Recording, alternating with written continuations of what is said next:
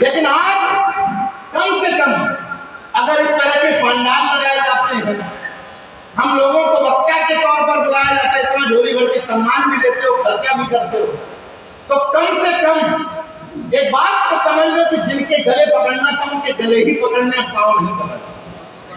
क्यों ये बात कह रहा हूं?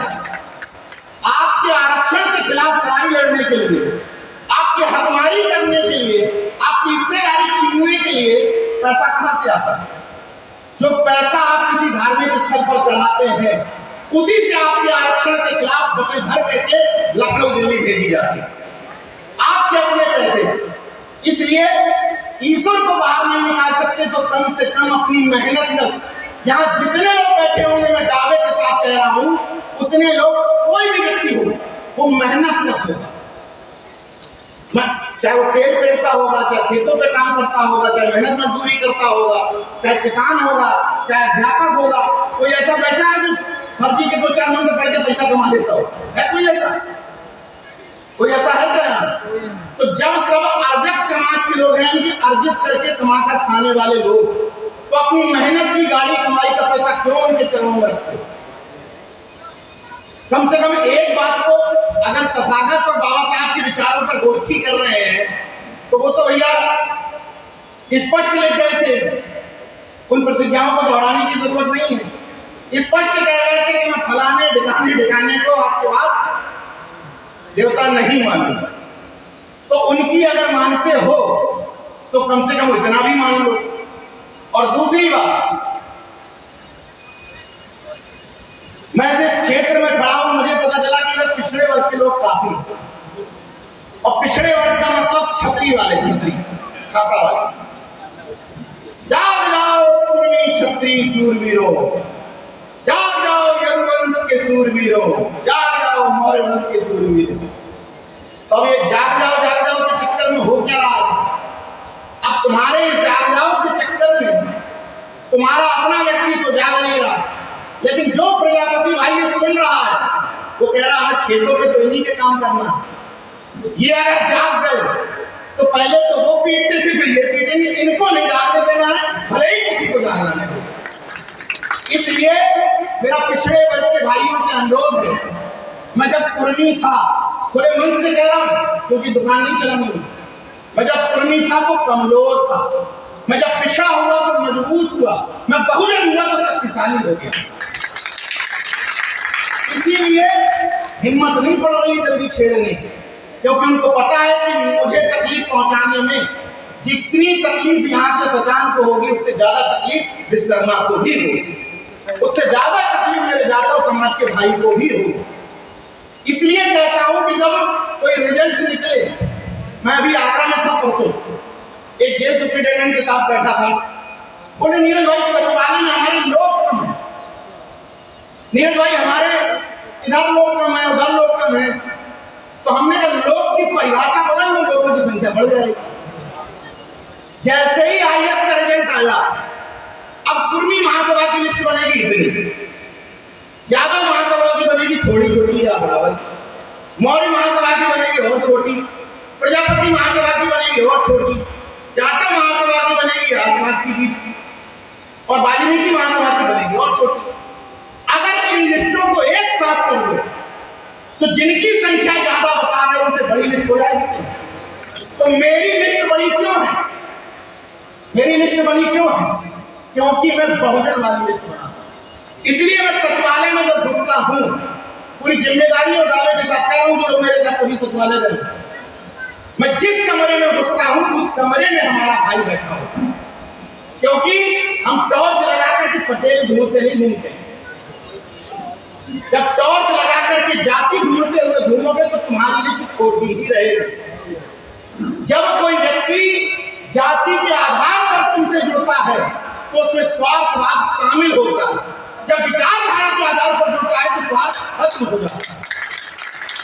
और मैं इसलिए समाज के बीच में ये बात कह पाता हूं क्योंकि मैंने 9 साल जातिवाद किया, और जाति संगठनों में मैंने एक बात बहुत अच्छे से देखी है, अजीत भैया बैठे हैं जानते होंगे इस बात को, इस बात पे गौर भी करिएगा। जाति महासभा में पद प्रधान होता है, किसी भी जाति महासभा में एक लेखपाल अपने समाज का काम करते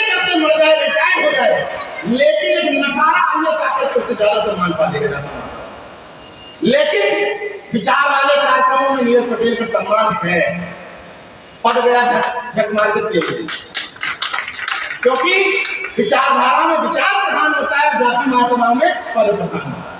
वहां पर राष्ट्रीय अध्यक्ष का पद फिक्स है, कोई प्रमुख सचिव रिटायर होकर के आएंगे और हमारे जाति महासभा के ठेकेदार बन जाएंगे, उसके बाद किसी न किसी पार्टी से डीलिंग करेंगे। इसलिए मैं विभिन्न मंचों से अपील करता हूं, आज समय कम है इसलिए संक्षेप में अपनी बात जल्दी जल्दी लपेट रहा हूं कि विभिन्न मंचों से जो अनुरोध करता हूं, छोटे मोटे मुफ्त के ज्यादा खर्चा नहीं लगता है।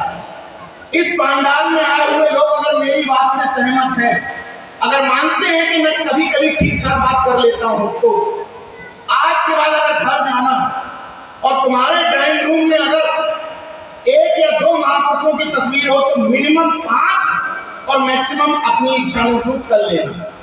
क्यों ये बात कह रहा हूं? आपके ड्राइंग रूम में घुसते ही आप टाइटल लगाओ ना लगाओ, अगर आपके ड्राइंग रूम में घुसते ही तस्वीर देख करके लोग आपकी जाति पहचान जा रहे हैं तो आप बहुजन नहीं है, तो आप अभी भी जाति महासभा में ही काम कर रहे हैं। आपके ड्राइंग रूम की तस्वीर देखने के बाद लोगों को पता नहीं चलना चाहिए किसका समाज का घर है, तब आप बहुजन समाज का। और जब आप इस तरह के बहुजन कॉन्सेप्ट के कार्यक्रमों में आ रहे हैं, भाई आप अपनी शादी में किसी शादी में जा रहे हैं, बर्थडे पार्टी में जा रहे हैं तो कोई दिक्कत नहीं, लेकिन जब इस तरह के बहुजन कॉन्सेप्ट के कार्यक्रमों में आ रहे हो तो अपनी गाड़ी, अगर 4 व्हीलर से आ रहे हैं तो अपनी गाड़ी की 5 सीट एक ही जाति के लोगों से भरनी नहीं चाहिए, उस 5 में कम से कम 3 जातियां होनी चाहिए। तो ये बात पता हो जाएगी मेरे भैया क्या करें, बहुत ट्राई मार रहे हैं मोहल्ले में तमाम बैकवर्ड लाइन जाएंगे नहीं। जब रस्सी आवाज जागते एक बार ट्राई मारोगे, 2 बार ट्राई मारोगे, 3 बार ट्राई मारोगे, गाड़ी की सीट खाली रखोगे, कह दो भैया बस बैठ के चलना, ना पेट्रोल का खर्च ना डीजल का खर्च, तो मिशन मूवमेंट में लोग बढ़ जाएंगे ना। अभी अमूमन ये हो रहा है, तीनों प्रोफेसर लखनऊ से हैं, मेरी बात से सहमत होंगे, लखनऊ में जितने बहुजन समाज के कार्यक्रम हो रहे हैं मैक्सिमम की बात बता रहा हूं, इधर वाले को भी सब कुछ पता है, इधर वाले को भी सब कुछ पता है, अब इधर वाले जानकार को ध्यान छोड़ने पड़े, पता इसको भी वही बात है, पता इसको भी वही। यानी कि मेरा कहने का मतलब है मिशन में नए लोग इन्वॉल्व नहीं किए जा रहे, क्योंकि हम रिजिड हो चुके हैं कि फलाने के घर पर वो झंडा लग चुका है, वो हाथ से निकल गया।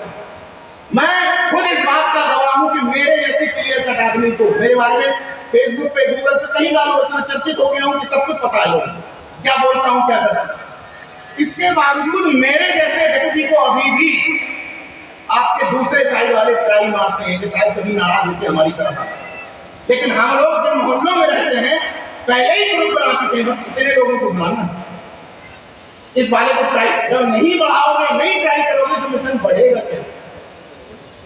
इसलिए मैं कहता हूं कि गाड़ी की सीट, अच्छा कह रहा हूं मैं, क्यों मैं एक बात कहता हूं ना कि मंच पे भाषण से ज्यादा आपका आचरण प्रभावी होता है। आप जितनी बात मुंह से बोल रहे हैं अगर आपके आचरण में लागू हो जाए तो लोग उसको ज्यादा पसंद करते हैं।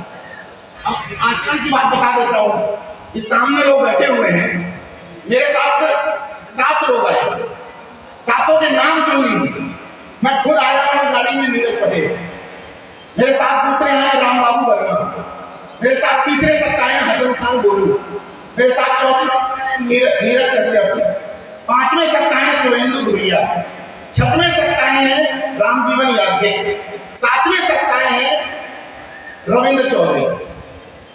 यानी कि जो कह रहा हूं अपने ऊपर लागू कर रहा हूं कि नहीं, यही कॉन्सेप्ट लागू। अगर धोखे से आपकी गाड़ी में 5 लोग एक जाति के बैठे हैं तो भैया उतर लो, प्रजापति जी को बैठाना, उतर जो भैया विश्वकर्मा जी को बैठाना, जिनको आपने कम संख्या मान करके छोड़ दिया, सामने वाले को उन्हीं को ट्राई करके अपना वोट बैंक बना।